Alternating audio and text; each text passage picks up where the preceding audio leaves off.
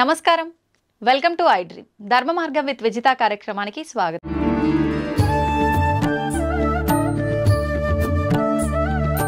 స్వామీజీ, మన మిగతా వాళ్ళకన్నా కూడా మన ఒక హిందూ ధర్మంలో మాత్రమే కొన్ని కోట్ల దేవతలుగా ఆరాధిస్తుంటాం, కానీ భగవంతుడు ఒక్కడే అని కూడా మళ్ళీ చెప్తూ ఉంటారు.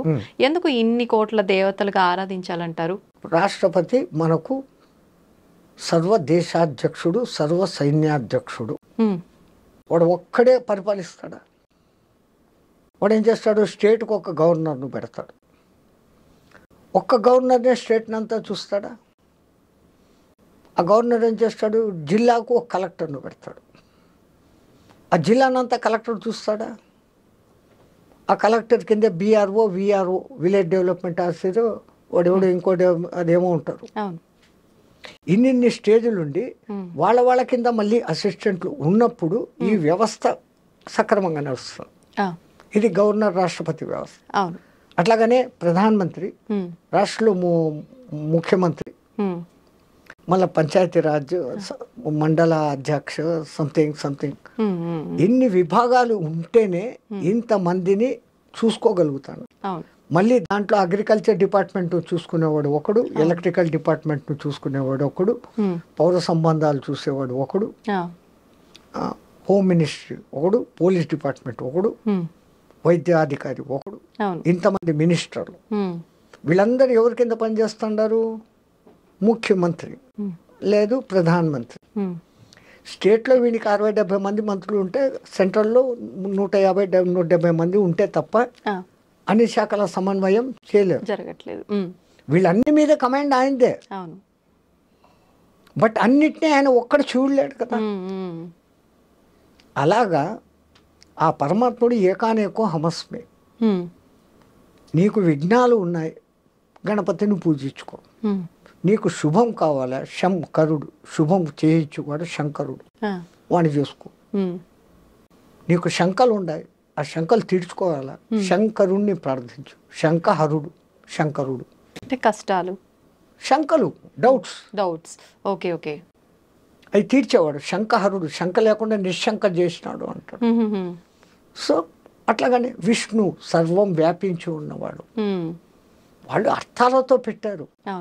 విష్ణు సహస్రనామం దేంతో మొదలవుతుంది? ఆ ఒక్క మొదటి పాదంలోనే విశ్వం విష్ణు వషట్కారో భూత భవ్య భవత్ ప్రభు భూతాత్మ పూతాత్మ అనేసి మొదలవుతాయి. విశ్వం అంటే entire universe along with so many galaxies, crores of galaxies. దీనిలో అంతటిని విష్ణు వ్యాపించి ఉన్నవాడు.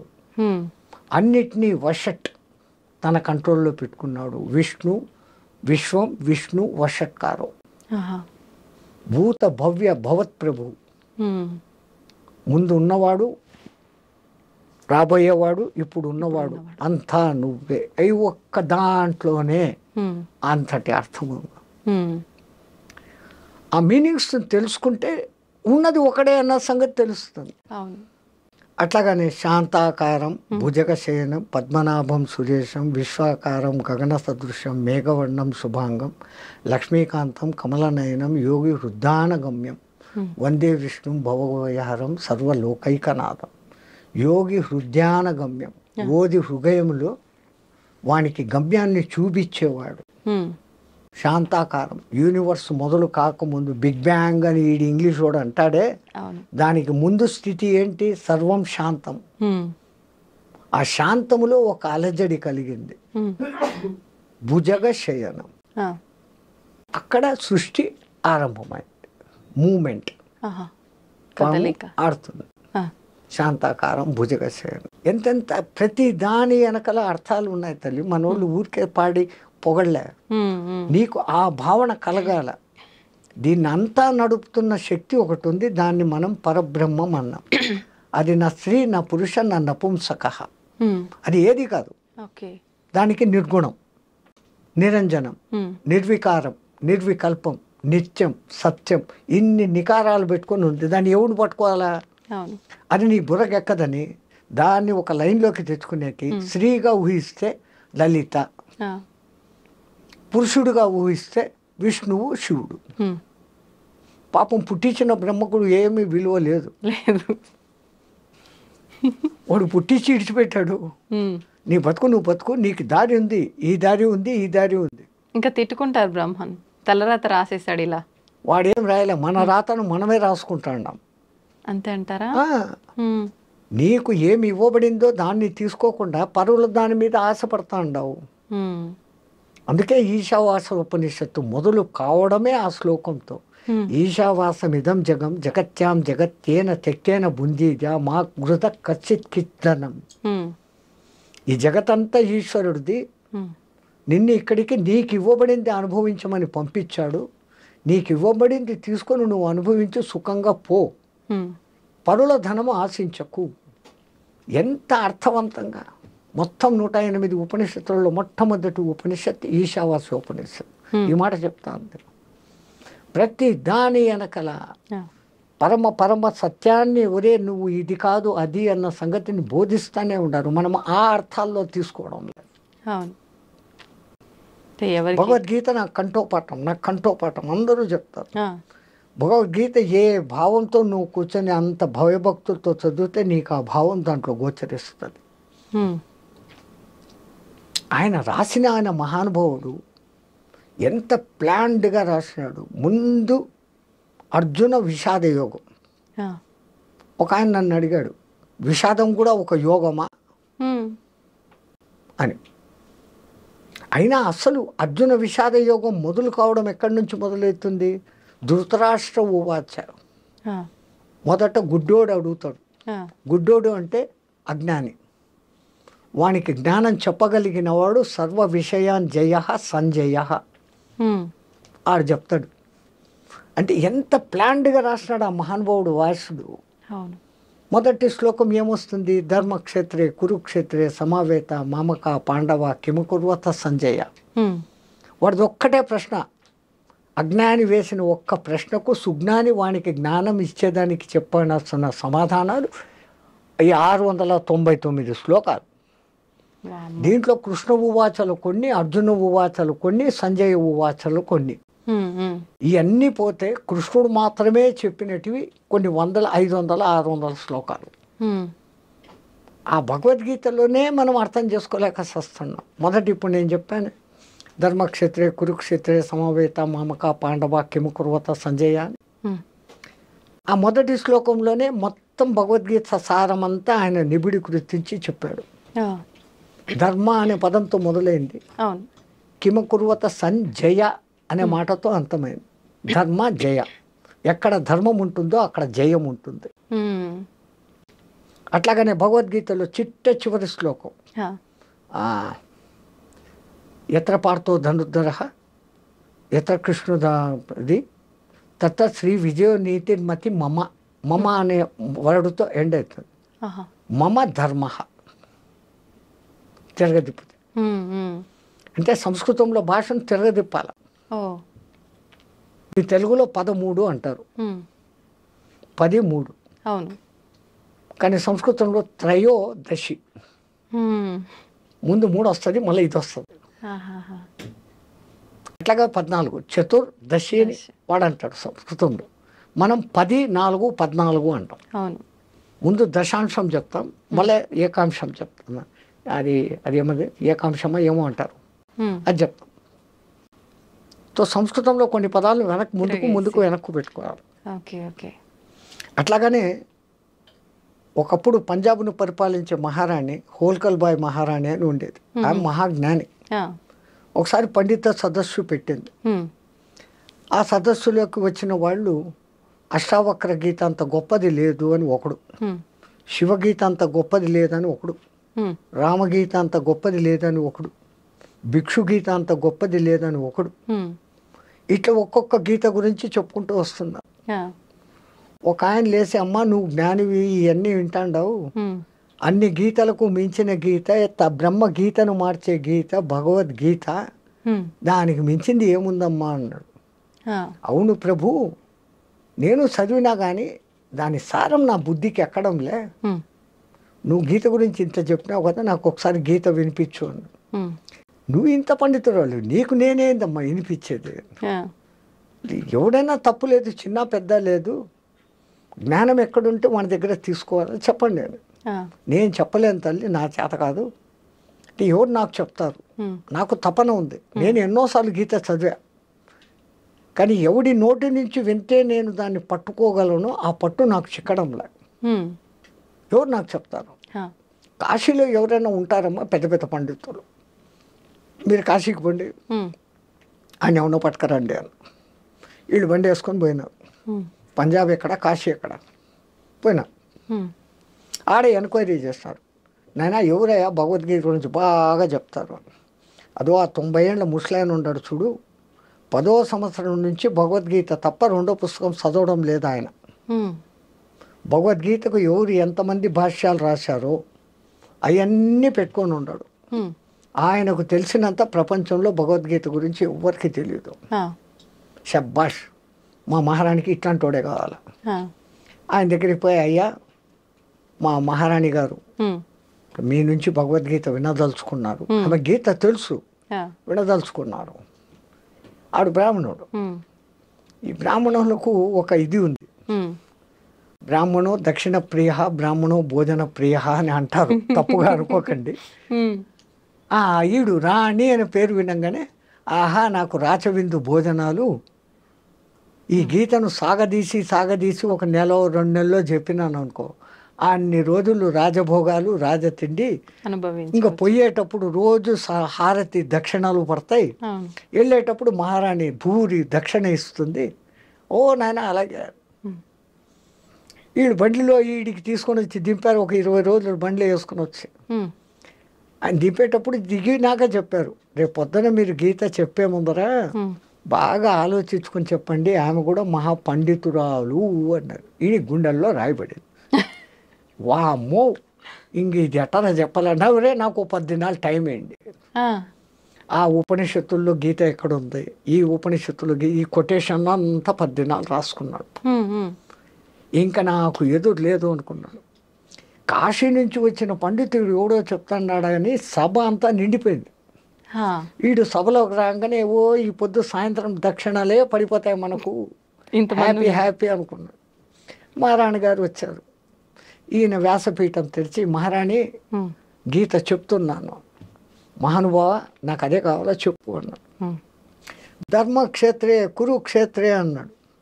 ఆహా నా జన్మ ధన్యమైంది మహారాజా, అదే పండిత, నాకు గీత ఇప్పుడు నాకు గీత అర్థమైంది మీ నోటితో విన్నాక. పుస్తకం మూసేయండి అని. వీడు తుస్సు 40 రోజులు బాగా మెక్కుతాము, రోజు దక్షిణ తీసుకుందాము అనుకుంటే ఇట్లా ఆయనే ఒక లైన్కి మండిపోయి, అధ్యాయం చ శ్లోకం చ శ్లోక పాదమేవ చ ప్రతిదినం పటే 10 వర్ష సహస్రాన్ని చంద్రలోకం అవాప్నోతు అని ఉందమ్మా. రోజు ఒక అధ్యాయం కానీ, రోజు ఒక శ్లోకం కానీ, కనీసం అర్ధ శ్లోకం కానీ ఎవరైతే చదువుతూ జీవితం చాలిస్తారో వాడు చంద్రలోకంలో 10,000 సంవత్సరాలు సుఖంగా ఉంటాడు అని ఉంది ఫలశ్రుతి. నేను అర్ధ శ్లోకం కూడా చెప్పలే, నీకేం అర్థమైంది అన్నాడు. ఆమెకు వీడి బాధ అర్థమైంది. అరే వీడు బాధపడుతున్నాడు అని. మహారాజ్ పండిత, నువ్వు మా గోశాలకు వచ్చి ఎన్ని ఆవులు ఏలు పెట్టి చూపిస్తావో అన్ని ఆవుల కొమ్ములకు బంగారు మూటలు కట్టి నీకు ఇస్తానయ్యా, నా జన్మ ధన్యం చేస్తున్నావు నువ్వు అని. ఇప్పుడు వీడికి పైసలది సమస్య పోయింది. 1000 గోవులు అడిగితే 1000 గోవుల కొమ్ములకు బంగారు మూటలు అంటే ఇంకేం కావాలి, వీడు ఒక చిన్న రాజ్యం పెట్టుకోవచ్చు. డబ్బు పోయింది కానీ వీడిలోని ఈగో లేసింది. దిక్కుమాలింది 90 ఏళ్ళుగా నేను చదివి వస్తా అంటే నాకు అర్థం కాని గీత ఈ 4 పదాలతో ఏం అర్థమైంది. అమ్మ ఏమనుకోమాక, నేను 80-85 ఏళ్ళుగా గీత తప్ప రెండోది చదవలే. ఇన్నేళ్ల బట్టితో చదువుతా అంటే కూడా నాకు గీత ఇప్పటికీ బుర్రకెక్కలే. నేను చెప్పింది 4 పదాలు నీకు ఎట్లా అర్థమైందమ్మా? ఏం లేదమ్మా, ఆ 4 పదాలదే అటు ఇటు మార్చుకున్నాను మహాస్వామి అనేది. ఏంది అన్నాడు. ధర్మ క్షేత్రే కురు క్షేత్రే, క్షేత్రే క్షేత్రే ధర్మం కురు. నువ్వు ఏ క్షేత్రానికి పోయినా నీ హృదయ క్షేత్రంలో నువ్వు పాటించవలసిన ధర్మాన్ని పాటించు. ఇదే కదా భగవద్గీతలో మొత్తం కృష్ణుడు చెప్పింది. ఓకే, ఆమె గ్రహింపు ఆ స్థాయిలో ఉంది. సో గీతలో ఒక్క శ్లోకానికి ఇంత పొడుగు చెప్పచ్చు. ఎవడు చదివిన భావం అది. దుర్యోధనుడు తెలివి తక్కువడు, మూర్ఖుడు అని రాజకాంక్ష ఉన్నోడు అంటాం. ఎంతటి తెలివిపరుడు జ్ఞాని అంటే వాడు. సర్వసైన్యాధ్యక్షుడైన భీష్ముడు ఆడుంటే ఆడు వినేటట్లు గురువైన ద్రోణాచార్యుని దగ్గరకు వచ్చి, అదో అవతల పక్ష సైన్యంలో సైన్యాధ్యక్షుడు నిన్ను చంపేందుకే పుట్టినోడు ఎగదోస్తన్నాడు. నా దిక్కు సైన్యము అపర్యాప్తం భీష్మాభిరక్షితం, పర్యాప్తం బలం భీమాభిరక్షితం. ఈ పర్యాప్తం అపర్యాప్తం అన్న పదాల్లోనే గడిబిడైపోయింది. పర్యాప్తం అంటే చాలినంత అని ఒక అర్థం ఉంది, అపర్యాప్తం అంటే చాలనంత అని ఉంది. అపర్యాప్తం అంటే లెక్కలేనంత అని ఒక అర్థం ఉంది, పర్యాప్తం అంటే చాలా కొద్ది సంఖ్య అనే అర్థం ఉంది. అందున ఏమంటాడు, మదక్తే చచ్చ జీవితాహ, నా కోసం సచ్చేదానికి సిద్ధంగా ఉండారు. మీ తెలుగులో ఉంది కదా, శుభం పల్కరా, ఆ సామెత చెప్పకూడదు. అట్లా వాడి చావు వాడే కోరుకున్నాడు. ఒక్క భీష్ముడిని రక్షించుకుంటే మళ్ళీ ఆ భీష్ముడు వినాలా, సర్వసైన్యాధ్యక్షుడు, స్వచ్ఛంద మరణ సంపన్నుడు. కాబట్టి ఆడు ఈనాలో ఆయనకి పౌరుషం లేపాలి, ఈయనకి పౌరుషం లేపాలి. ఎంత ప్లాన్డ్ వాడు, తక్కువడు కాదు. కానీ తన నోటితో స్వయంగా తప్పుగా చెప్పుకున్నాడు. మహాత్ముడు ఆ కాళహస్తి స్వామి విద్యాప్రకాశానందగిరి, ఆయన రాశాడు గీతా మకరందం. అద్భుతమైన గీతకు భాష్యము ఆయన రాసినట్లుగా నేను చదివిన పుస్తకాలలో ఇంకెవరూ రాయలే. అంత అద్భుతంగా రాసినాడు ఆ మహానుభావుడు. గీతా మహత్యమైంది, గీతకున్న 18 పేర్లేంది, అసలు గీతలో ఎంతమంది కృష్ణులు ఉన్నారు. కృష్ణులు తమాషా తెలుసా, చాలా మంది మాకు వచ్చి గీత తెలుసు గీత తెలుసు అంటే నేను ఒకటే అడుగుతా, మరి మీకు గీత తెలుసు అంటున్నారు, గీత ఎంతమంది కృష్ణులతో సంబంధం ఉంది? అందరూ చెప్పేది కృష్ణుడు చెప్పాడు, అర్జునుడు విన్నాడు. కృష్ణుడు చెప్పాడు అని ఎక్కడైనా భగవద్గీతలో ఉందా? భగవాన్ ఉవాచ, భగవాన్ ఉవాచ అని వస్తుంది కానీ శ్రీకృష్ణ ఉవాచ అని ఉండదు. సంజయ ఉవాచ అని ఉంటుంది, అర్జున ఉవాచ అని ఉంటుంది, ధృతరాష్ట్ర ఉవాచ అని ఉంటుంది. ఇది తప్ప కృష్ణుడు చెప్పినప్పుడు అంతా భగవాన్ ఉవాచ అని ఉంటుంది. పోనీ అక్కడ చెప్తున్నది కృష్ణుడే. ఇంకా మిగతా 4 మంది కృష్ణులు ఎక్కడ ఉన్నారు? వింటున్న అర్జునుడు కూడా కృష్ణుడే. ఎందుకంటే వానికి 10 పేర్లు ఉన్నాయి. అర్జున పల్గొన్న పార్థ కిరీటి భీభత్సుడు విజయ సవ్యసాచి కృష్ణ, 10 పేర్లు ఉన్నాయి వానికి. ఆ 10 పేర్లలో వాని పేరు కృష్ణ. కృష్ణ అంటే నిజమైన అర్థము సర్వ ఆకృష్ట ఉత్కృష్ట రూపం, ఇది కృష్ణం. అసలు మనం కృష్ణ అని పలకకుండా కృష్ణ అని పలుకుతున్నాం. కృష్ణ అని పలకాల స్వామిజీ? కృష్ణ కృతజ్ఞుడు అంటారు, అప్పుడు క్రు అంటున్నారు. కృపాచార్యుడు అంటున్నారు, అప్పుడు క్రు అంటున్నారు. ఇస్కి పాస్ ఆకర్ కృష్ణ క్యూ బోల్తే హో, ఇక్కడికి వచ్చి నేను కృష్ణ కృష్ణ అని ఎందుకంటారు? కృష్ణ, కృష్ అనంతం, నం ఇచ్చువాడు కృష్ణ, అంతటి అర్థమైన పేరు. సరే అర్జునుడు దొరికాడు. ఇంక 3వవాడు జెండాపై కపిరాజు, హనుమంతుల వారికి కూడా కృష్ణ అనే పేరు ఉంది. ఆయన అసలు పేరు సుందరుడు, సర్వాకృష్ట సుందర రూపం. వాళ్ళ అమ్మ పెట్టిన పేరు, అంజనీ మాత వానికి పెట్టిన పేరు సుందర కృష్ణ. ఆయన రూపం అందరినీ ఆకర్షించేంత రూపం, అది కృష్ణ. 3వ కృష్ణుడు దొరికాడు. ఇంకా 4వ కృష్ణుడు ఎక్కడున్నాడు? ద్రౌపది. ఆమె కోసమే యుద్ధం వచ్చింది కదా. అవును, ద్రుపద రాజ పుత్రిక కాబట్టి ద్రౌపది, పాంచాల రాజు కూతురు కాబట్టి పాంచాలి. కానీ యజ్ఞంలో పుట్టినప్పుడు ఆ దేవుడు ఆమెకు పెట్టిన పేరు కృష్ణ. ద్రుపద మహారాజు ద్రోణాచార్యుని చంపేదాని కోసం యజ్ఞం చేస్తాడు. అర్జునుడిని పెండ్లాడగలిగినటువంటి కూతురు కావాలని యజ్ఞం చేస్తాడు. అప్పుడు ఆ యజ్ఞ పురుషుడు ఆయన యజ్ఞానికి మెచ్చుకొని ఇందా కృష్ణ ఈ కృష్ణుని నీకు ఇస్తున్నాను, ఆ దుష్టద్యుమ్ముని నీకు ఇస్తున్నాను, వాడు చంపుతాడు ద్రోణాచార్యుని అని ఇచ్చాడు. అప్పుడు ఆమె అసలు పేరు కృష్ణ. వీళ్ళందరూ దొరికిరు. ఇంకా ఐదోడు ఇంకొకరు రాసిన వ్యాసుడు. ఆయన పేరు వ్యాసుడు కాదు, ఉన్న ఒక్క వేదాన్ని 4గా విభజించి వ్యాసము చేశాడు కాబట్టి వ్యాసుడు అంటాడు. ఆయన అసలు పేరు కృష్ణద్వైపాయనుడు. ఓకే. పరాశరుడు సత్యవతులకు 2 నదుల మధ్య చీకటిలో జన్మించినవాడు. కృష్ణ నలుపు, ద్వైపాయన 2 ఒడ్డుల మధ్య పుట్టినవాడు కృష్ణద్వైపాయనుడు. Okay okay. భగవద్గీత ఎట్లా అర్థం చేసుకుంటూ పోతే అట్లా పోతుంది. ఇప్పుడు ఇదంతా గీతలో ఉంటుందా స్వామీజీ? ఇప్పుడు మీరు చెప్పిన కృష్ణుడి 5గురు కృష్ణ అన్నారు కదా, ఇదంతా గీతలో ఉంటుందా? దేంట్లో ఉంటుంది? ఇక్కడ ఉంటుంది. 1కి 10 సార్లు చదివి చదివి చదివి ఇది కాదు, బయటి అర్థం కాదు, దీంట్లో అంతరార్థం ఉంది అని. సంస్కృత శ్లోకాలు అన్నిటికీ కూడా భాష్యార్థం ఒకటి ఉంటుంది, అంతరార్థం ఒకటి ఉంటుంది, పరమార్థం ఒకటి ఉంటుంది. ఓకే.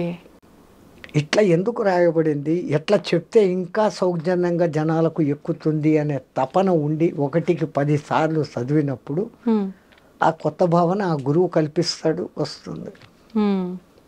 అట్లే ఆ మహానుభావుడు కూడా విద్యా ప్రకాశ్ ఆనందగిరి మలయాళ స్వామి గారి శిష్యుడు.